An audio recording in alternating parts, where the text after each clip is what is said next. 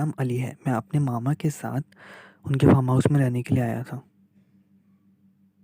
और वो मुझसे कह रहे थे कि तुम फार्म हाउस में बाहर जाकर एंजॉय कर सकते हो, लेकिन मुझे वो फार्म हाउस बिल्कुल पसंद नहीं था। इसलिए मैं वहाँ पर अच्छा महसूस नहीं कर रहा था। वो फार्म हाउस मुझे बहुत ही बुरा लगता था।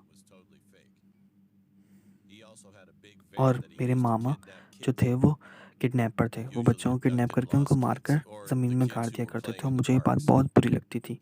वो प्रोफेशनली ये काम किया करते थे हर वक्त, इसलिए मुझे बहुत बुरा महसूस होता था। वो मेरी उम्र के बच्चे हैं, मुझसे थोड़े से बड़े उम्र के बच्चों को लेकर आकर उनको किडनैप कर कर उनको मार दिया करते थे और मुझसे कहते थे कि तुम डिगिंग करके उनके लिए कब्र बनाओ ताकि मैं उसके अंदर उनको डाल सकूं।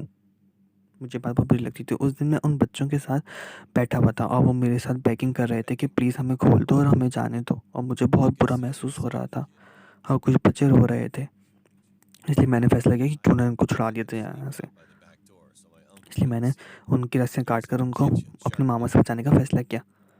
मामा वो निकाले हुए थे, छुरी निकाल रहे थे किचन से और मैंने उन बच्चों को वहाँ से निकाल दिया। लेकिन जब उन्होंने अपनी गर्दन घुमाकर देखी तो वो बच्चे जा रहे थे और उन बच्चों ने महसूस कर लिया कि उन्होंने हमें देख लिया है, इसलिए वो सब भी घबरा गए थे। फिर मामा गन लेकर उनके पास चले गए, लेकिन मैंने उनको देखने के लिए गया कि क्या वो सेफ़ली वहाँ से भाग गए हैं। और फिर मैंने जो देखा वो मुझे बहुत खुशी हुई। उसमें से एक बच्ची मुझे वेव कर रही थी और वो बहुत खुश थी और वो वहाँ से भाग गए थे। ये देखकर मैं बहुत खुश हो गया। लेकिन मेरे मामा ने कहा कि कोई मसला नहीं है, मैं कल दोबारा बच्चे ले आऊँगा। और मुझसे कहा कि तुम डिसअपॉइंट मत हो। लेकिन उनको नहीं पता था कि मैं तो बहुत खुश था कि मैंने उन बच्चों को बचा तो लिया उनसे।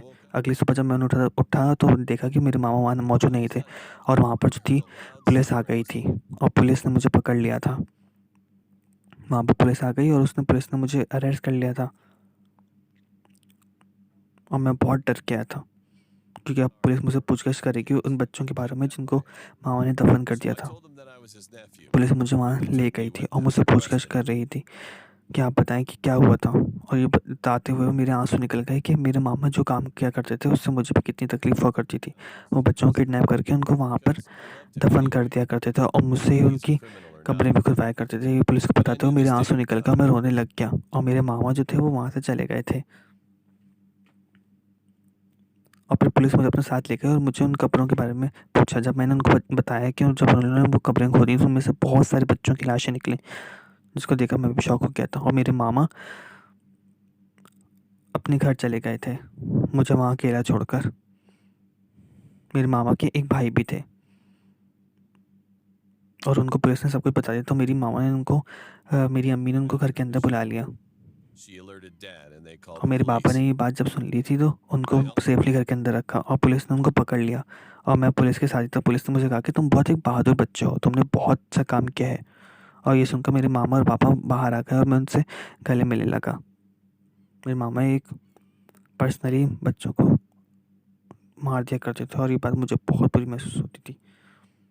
लेकिन जज ने उनको बहुत बुरी सज़ा दी थी, सज़ाए मौत। अगर आपको मेरी कहानी पसंद है तो इसको चैनल को सब्सक्राइब और लाइक कीजिए।